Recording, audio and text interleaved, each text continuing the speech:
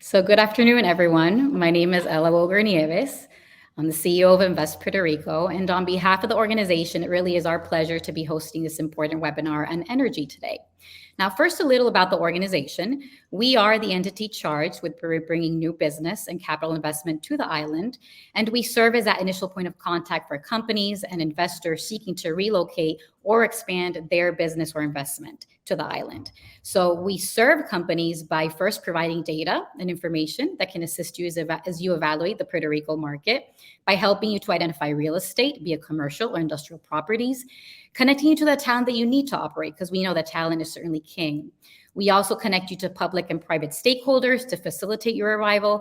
And also, we facilitate investment matchmaking between local projects on the island that are seeking capital and investors via a platform that we recently launched about a little over a year ago called Impeller. So I encourage you to check it out on our website, investpr.impeller.org.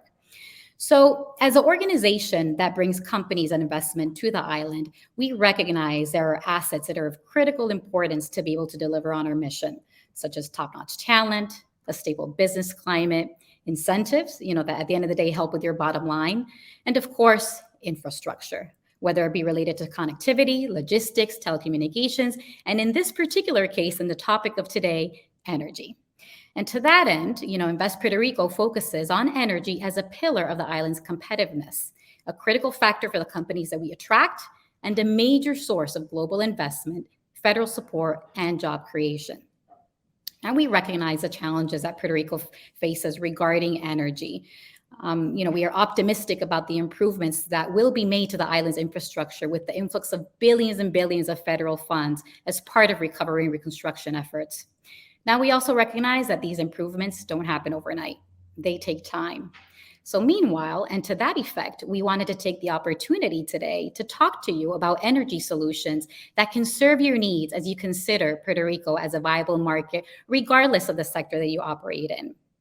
Now, Puerto Rico is absolutely a competitive place for business, and energy does not need to be a barrier to your success here. So there's a reason why there's already a thriving network of companies on the island. Companies here have solid business continuity plans. And just to give you an example, with the recent passing of Hurricane Fiona, there were manufacturing and commercial operations that experienced minimal interruptions because they have on-site energy solutions, for instance. So you will hear about all these alternatives shortly from my colleague Sam Talman, who leads Invest Puerto Rico's Energy Committee. And you also hear about a particular case study from Mariette Sanchez, who's the president of MDM Consulting Group, who works with businesses to align the right energy solutions to their unique needs. So we hope you find this webinar productive. Now, this webinar is scheduled for 30 minutes. After that, we'll answer any questions you may have. Now, we may not necessarily get to all of them, and if that's the case, we'll make notes and we'll send a recap with answers after the webinar. And so now it is my pleasure to pass it on to Sam Talman now to take it away. Sam. Hi, good afternoon, everyone. My name is Sam Talman. I'm a business development manager with Invest Puerto Rico. And part of my role is to focus on energy, as Ella said, as a critical pillar of the island's competitiveness, though I also work in other elements of the built environment like logistics, infrastructure, and real estate. One of the ideas I want to start with is, here are our speakers for today, is a brief economic snapshot of Puerto Rico. Many people may not understand that Puerto Rico is a very energy-intensive place. Population-wise, we're more populous than 20 states, and we have the largest and most diversified economy in the Caribbean. Many of the exports you'll see in that third bullet to over 135 countries come from highly regulated and time and temperature-sensitive industries like pharmaceuticals and medical devices. As a result, these industries are highly dependent on having high quality and cost-effective energy solutions and energy for their processes. And that's really what we're going to be talking about today, both a little bit about what those solutions are and the pathway that companies and businesses who are interested in establishing operations locally can take to be able to set up their own operations.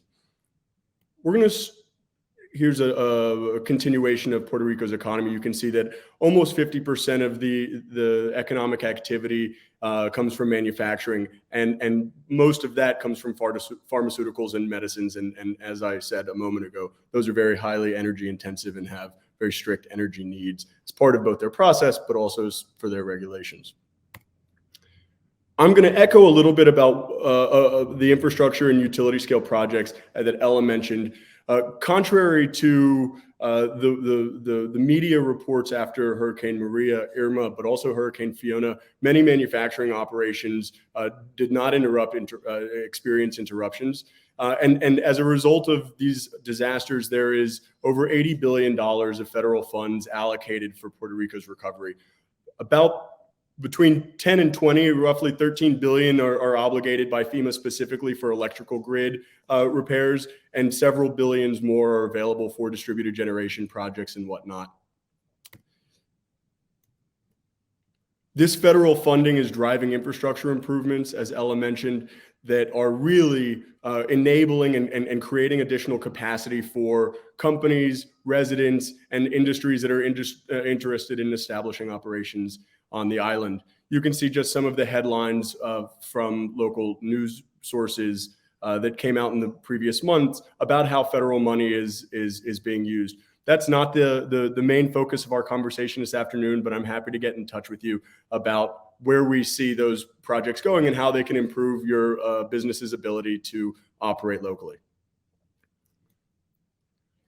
One of the key areas of transformation is on the utility scale infrastructure piece of the puzzle. And I'm going to talk about a couple of elements there. One is Act 17 of 2019. And this has two major elements. One is it ends PREPA's monopoly of the Puerto Rico energy system, opening up a marketplace for more players, including industries, to be producing their own energy. And it also puts the island on a pathway to 100% renewable power with the milestones you see in the table on the bottom left. There's also an independent energy regulator known as the Puerto Rico Energy Bureau that is creating many of the regulatory elements that create a privately led energy market. This includes making sure that the interconnection process for companies that want to produce their own power and connect directly to the grid is in place so that that's not a timely and costly process. Wheeling regulations are being finalized as we speak that will enable companies to produce and sell energy, as well as the net metering regulations that are making it more feasible for more people to not only produce their own energy, but generate revenues from that as a result of selling excess power back to the grid. And through the Energy Bureau and the Department of Economic Development and Commerce's Public Energy Policy Office, government efficiency in terms of energy use is a high priority, and that will also enable more projects to come online. The third element of this transformation involves Luma Energy, which is a private consortium that was contracted beginning last June to operate and manage the transmission and distribution system. This is bringing an additional layer of confidence and quality to the public infrastructure. I want to talk about three additional elements of utility and government scale projects that everybody should have on their radar. One is the renewable procurement process managed by both PREPA and the Energy Bureau. This is in part complying with Act 17 that put Puerto Rico on a path towards 100% renewable, but it also means very specific project development. Tranche 1 of 6 just closed earlier this year, contracting over nearly 1,000 megawatts of solar and over 500 megawatts in storage projects. Tranche 2 is currently underway for similar numbers, 1,000 megawatts of generation and 1,000 megawatts of storage capacity. This is, as I said, the first two of multiple tranches, and so we're optimistic that the quality of power on the grid will continue to improve. There's also, as many of you all know, billions of dollars dedicated through the Inflation Reduction Act. In fact, there's $270 billion in incentives specifically for green energy production and the manufacturing of energy equipment. These rules are still being written, revised, and understood. In fact, many of the rules have commenting periods that are open right now. And so if you're exploring a project in Puerto Rico and have comments on how the Inflation Reduction Act would look, we encourage you to take advantage of the commenting period so that Puerto Rico's landscape can be as competitive as possible vis-a-vis the Inflation Reduction Act.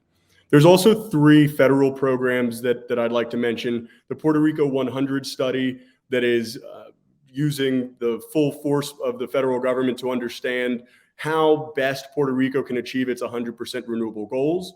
The TOP, or the Opportunity Project, is an initiative that gathers terabytes worth of federal data into one place and working directly with local communities to understand how solutions can be developed, whether they're technological or otherwise, to address local challenges. And then CDBG, which is the Community Development and Block Grant funds, are available for everything from hardening the grid and telecom infrastructure to incentivizing and de-risking distributed generation projects. Those action plans specifically for distributed generation are still being written. And again, I encourage anybody with interest and expertise in those areas to comment. In addition to federal incentives that are available for energy projects on the island, I want to talk about very briefly some of the local incentives that are available for energy projects. In 2019, the local tax benefits based on sectors were harmonized into Act 60, which broadly confers on eligible activities a 4% corporate income tax, a 0% distribution of dividends rate, and serious exemptions on property taxes, construction taxes, and other municipal taxes. Within green energy in particular, there are several eligible activities. The production and sale of green energy is at the top of the list. This is part of the initiative to incentivize companies to look at energy solutions as well as bring energy technologies to the island. Now, energy is broader, of course, than just the production. And so the assembly of green energy equipment, manufacturing, exporting, engineering, and other technical services, as well as research and development associated with energy, are all welcome. And we encourage anybody with projects in any of these spaces to reach out and talk to us about why Puerto Rico is a competitive market for your operations. Some of the areas of greatest density that we are seeing in the energy space in Puerto Rico is on the commercial and industrial applications. And so really what I want to get across with this slide is that there is a diverse set of options for companies, for industry available in Puerto Rico. As Ella said, and as I mentioned earlier, after the storms that tend to garner national and international news, many companies didn't experience operations or were back up and running relatively quickly as a result of having on-site power. This on-site power comes in a variety of different forms. And you see on the screen now, many of the projects that we're working on and that companies we have in our network locally are using to make sure they're operating continuously, make sure they're operating efficiently, make sure they're complying internally with their ESG goals or community development goals. And many of these focus on natural gas and propane-based cogeneration facilities, which we're going to hear more about in a little while. Some of it includes R&D around hydrogen and applications for hydrogen fuel cells on the island. There is a density of microgrids and distributed generation projects across the island. We're analyzing the best uses for waste and where those waste streams come. We have a major project with New Lab coming up, focusing on waste to X, which you'll hear more about in future webinars. And of course, there's many green energy projects that are first to mind for many, which are solar, wind, hydroelectricity, and storage. And we're seeing more and more projects come online and get interconnected on both the residential and commercial scale for solar and storage projects. Of course, agriculture is a key element of this, either in being a feedstock for waste or an opportunity for agrivoltaics. And we're seeing an opportunity for energy solutions for those types of operations as well. One of the areas we've seen the greatest activity is in cogeneration or combined heating and power-based microgrids. This is a highly efficient source of baseload electrical and thermal power. It's easy to integrate with renewables, whether that's for cost or resiliency or emission goals or efficiency.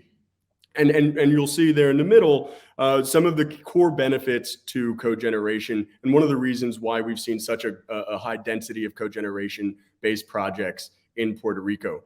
Again, they provide stabilized energy costs, higher quality voltage, and often a necessity for pharmaceutical and medical device manufacturers, as well as people doing R&D or producing intermediary products. As I mentioned at the top of this slide, there's high efficiency rates for this type of technology, and there's abundant fuel sources available to transition away from dirtier fuels like diesel and coal and other fossil fuels. There, the last bullet is one I want to touch on before I leave you with Mariette, which is the on-site resiliency and peace of mind that having a on-site microgrid provides is unrivaled. The ability to operate through a storm, the ability to have a workplace for your employees, and the ability to meet your production numbers and your bottom line are of critical importance. And it's something that Invest Puerto Rico is paying close attention to, and making sure that if you're interested in Puerto Rico, you're connected to the proper solution based on your needs and your goals. I want to end here with a thank you to the energy ecosystem in Puerto Rico. There is a great source of expertise in everything from installation design, the regulatory nature, both locally and federally. There's funding options, there's financing partners, there's a real network of experts to help you find and connect with the energy solution that you need. Part of my role through Invest Puerto Rico is to lead a weekly energy committee meeting. And so thank you to the support from the folks you see on the screen and many more for promoting Puerto Rico as a competitive jurisdiction for business and making sure that our clients are connected with the solutions they need. So with that, I'm going to leave you with my colleague Mariette and a member of the Energy Committee to talk a little bit about her work and specifically finding a solution for her clients. So hi, everyone. As Sam mentioned, my name is Mariette Sanchez, and I'm one of the members of the Energy Committee, Invest PR Energy Committee. I'm here today to let you know that, yes, we understand we have a challenge as an island on our electrical grid, but at the same time, these are very exciting time to come and do business in the island. Why? If you are an energy source or you have an energy technology, we are going through a transformation right now, and we are going to be moving towards a different landscape in a couple of years. So it's a lot of work to do. But at the same time, if you are a pharmaceutical or you are in the banking business or any other industry, I have to tell you that we do have solutions for your energy needs. I do have several clients. As a consultant, I help them and I help my clients to understand and navigate into the energy sector. I have different industries working. I'm working with different industries right now, like a media company, a telco company, medical device, and in the food industry as well.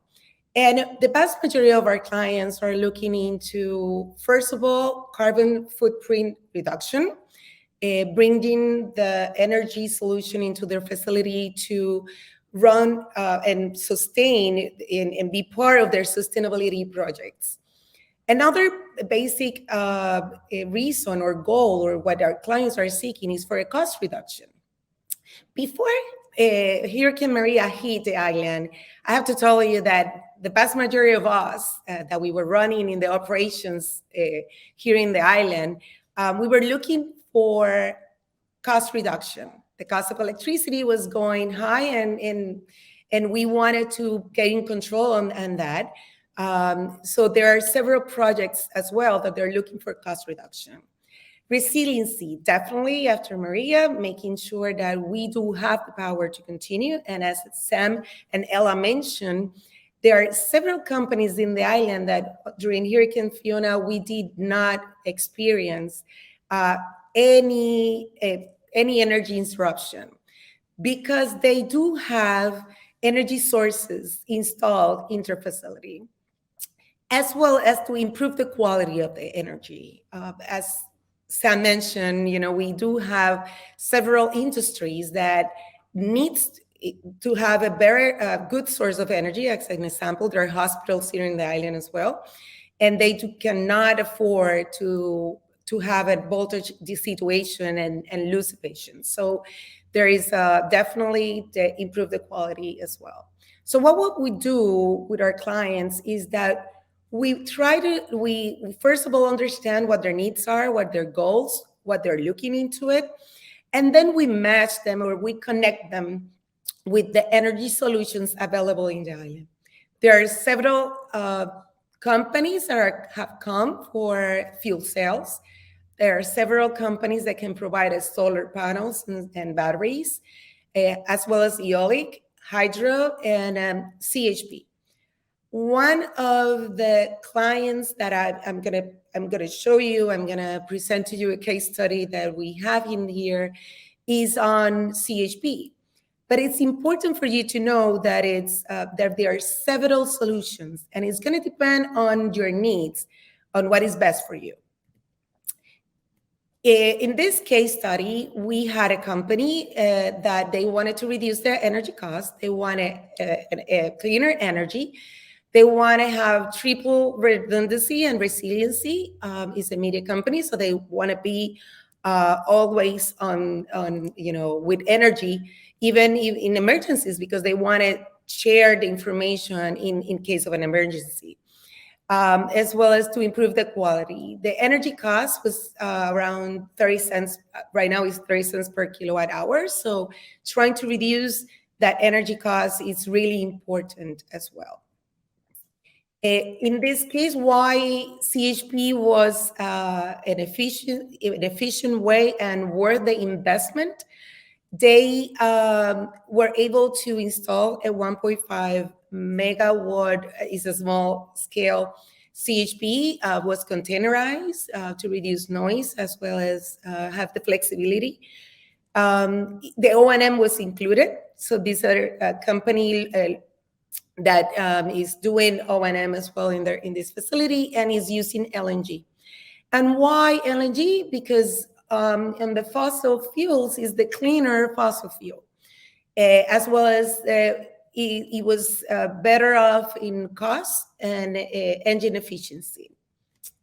As a result, this company was able to reduce the electrical bill by 30%. They were able to reduce their carbon footprint emissions. They even had an excellent resiliency. Right now under Hurricane Fiona, they did not experience any interruption on their electricity, and actually they improved their quality of the power. So what I want to say with this is, if this local company and these other manufacturing companies were able to gain control of their challenge of the energy, you can do that as well.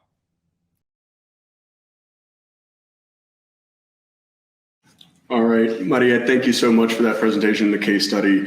I want to, before we get into some of our other questions, I just want to touch on one of the last things that you talked about, which was some of the results that your client was able to garner from having that combined heating and power project on site.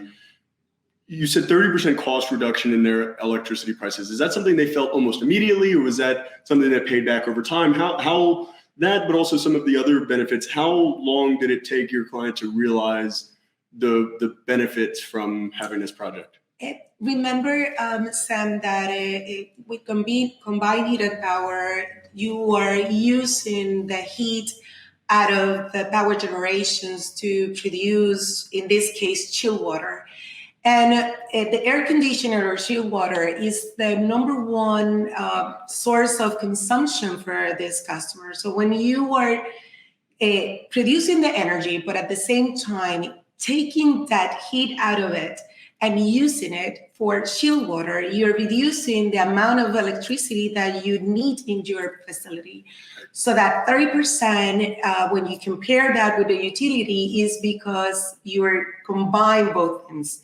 The use of LNG and the use of the heat that is byproduct of the CHP.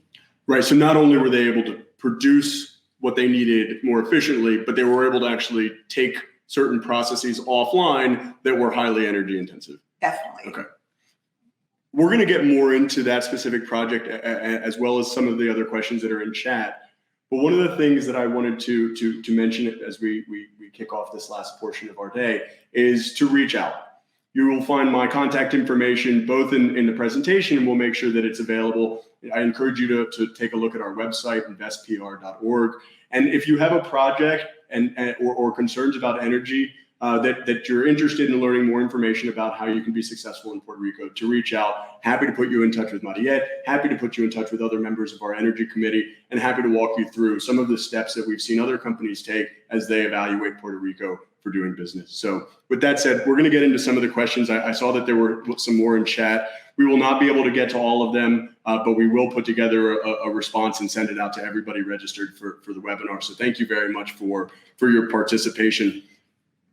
One of the questions I saw on chat, and this goes back to a slide that you had, Mariette, is there an opportunity for distributed hydroelectricity? And what are some of the other sources that you're seeing besides LNG and LPG that are coming online, either in a research form and in project implementation form? Talk to us a little bit about the diversity of sources. I definitely believe that hydro do have a landscape here in the island. I believe we're not using it as much as we can do it. Definitely, yes. What other things I have seen is that the introduction of hydrogen as well in the island. We do not have the facilities yet, but one of my clients who have a small production of hydrogen for their internal use, and it's quite interesting on how we can escalate that to make it more cleaner, on other sources and using the source of hydrogen. Another thing that I have seen is the people interest on fuel cells. In definitely fuel cells, you need hydrogen or you need LNG to run through it. But it's a source of energy that is highly efficient, but without the use of the heat to anything else. So if you don't have the way to use the heat, fuel cells may be a solution. I have seen an incremental of use of solar panels. Most of my clients, I will say most of them have think about solar panels and obviously the use of PPAs on it, and as well as buying their own system and implementing their own system.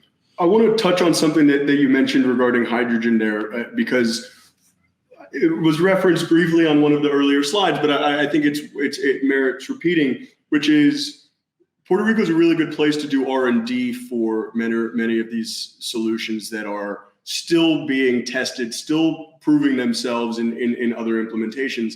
And one of the things that I'm seeing is that because the rate of electricity is otherwise high, it means that you can work with technologies that may not be competitive in other jurisdictions. And so that really opens the door to, again, this array of solutions that Puerto Rico can offer companies. Is anything to add to that? Am I on the right path? I agree with you, Sam, and I believe we have the talent here. We have great engineering universities in the island. I know a lot of companies in the States that are using engineers from the island. So you do definitely have talent in-house that can bring that R&D here and work towards a better scalable use of those sources as hydrogen, as one example. And I'm going to add a data point, and then I want to hear a little bit about the College of Engineering and some of the other sources of this talent, because I saw there was a question on chat about who's doing these installations, who's doing the design for these projects. Puerto Rico is home to the 6th greatest concentration of scientists and engineers in the world. And so part of it is they're the ones doing these installations, but talk a little bit more specifically about how companies would get involved with the people doing this. Definitely. To be able to do business, to be able to make a project here in the island, you're going to need a licensed engineer, a local licensed engineer to stamp their drawings and so on. So there are several companies in here, several engineering firms that have done I would say the vast majority of the projects. There are companies coming from outside as well, companies from the US as well, from Spain and so on, that are coming to the island, but they are hiring and contracting and subcontracting engineering firms locally to do the design part of the project. The installations, there are several companies in-house that can manage the installations and very impressive way, and you can see the results.